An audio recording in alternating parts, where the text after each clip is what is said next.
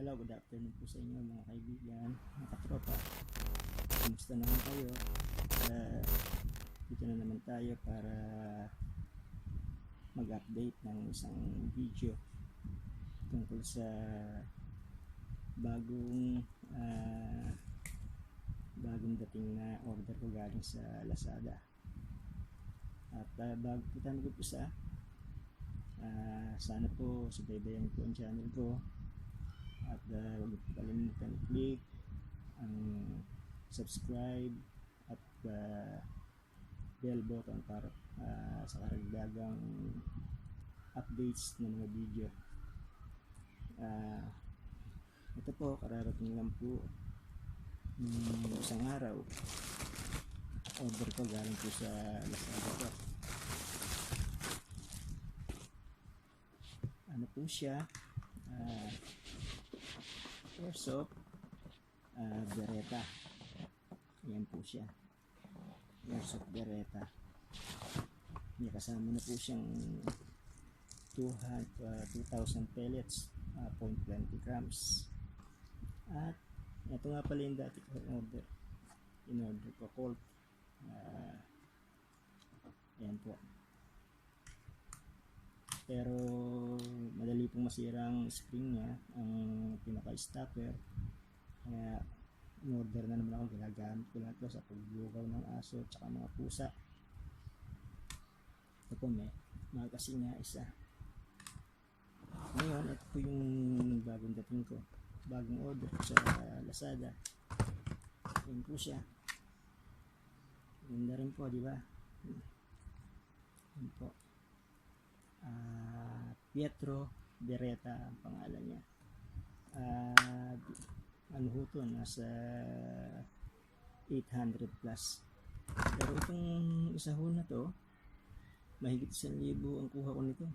Kaya lang madaling masira ang spring at saka yung stopper niya. Ito, try natin kung matibay. Medyo mababa ng konti, pero try lang natin kung hanggang kailan tatagal. Ito po siya. Ito po yung magazine niya. Ayan po, niloaded ko na siya. Medyo maliit po ang ano niya, ang magazine niya kaysa dito sa isa. So, compare nyo. Ayan po, mas malapad po ito. Okay. Ang ano po, ang bigat po, 1:1 sa real na Beretta. Ganun din po isa. Itong Colt na to, 1:1 din po ang size at ang timbang. Ito po, try na natin. Maganda, ang malakas ang ano niya, ang pressure niya. Try natin, sandali lang po.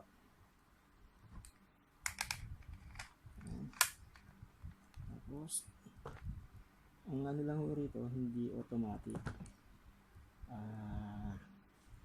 Isang ano lang po ito, kasa. Tapos po ito, kasa, gano'n lang po ito. Mahal yung automatic po, nasa 8,000 yan hanggang 15. Kung ay mababa, mga semi-automatic yun. So, try natin na. Ayan po ang kasa niya. Ngayon, kung puputok po natin, tingnan nyo po ang ano niya. Okay naman. Medyo in-improvise ko na po yung ano nito, yung pinaka stopper niya. Kasi yun ang kalimitan, lumuluwag, parang sapatilya po yan. Ginagawa ko doon, pag meron akong stock, papalitan ko para tumiba yung stopper. O kung wala naman kayo, buksan nyo lang, tapos ibukan nyo lang yung stopper para sumikip ulit siya. Kasi yung kalimitang nangyayari, kaya nasisira kaagad yung mga ano. Pag pinutok nyo, pinasin yung ganyan, walang pressure na nag-a-apply doon sa ano, sa pellet, kaya hindi lumalabas yung pellet niya. Ito po, sa nakita ko okay naman dahil na-improvise ko na po yung ano niya, yung stopper niya, medyo lumakas-lakas po ang putok niya. Hindi gaya dati nung una, nung hindi ko pa na-improvise yung ano niya, medyo mahina ho eh. Mas malakas sana to, itong ganitong klase yung cork. Mas malakas po sana ang ano, kaya lang napakadaling masira ng ano niya, ng stopper niya, tsaka mga springs, mahina. Although okay naman, napakinabangan din, mga 3 buwan. Eto, titingnan natin kung ilang buwan na papakinabangan. Ito po siya. So pag umorder kayo from Lazada ho ito, Pietro Beretta, nasa 800 plus po ito. Ito po siya. Ayan. Okay naman po ang delivery, mabilis, 1 week. Ayan po, kasama na po ito ho. 800 plus po ang halaga niya. Ayan po. Nakita niyo ang spring niya, maganda. Malakas ang ano niya, putok niya. So, palagay ko, magiging tatagal to. At alam ko na ngayon kung alam ko na rin kung paano ayusin. Yun lang pala ang nagiging diferensya na yung stopper niya. Sa spring malabo pa, pero sa stopper talaga, yun talaga ang unang bumibigay dyan sa mga ganitong klase ng toy gun. Okay, nandito na lang po. Maraming salamat po sa inyo at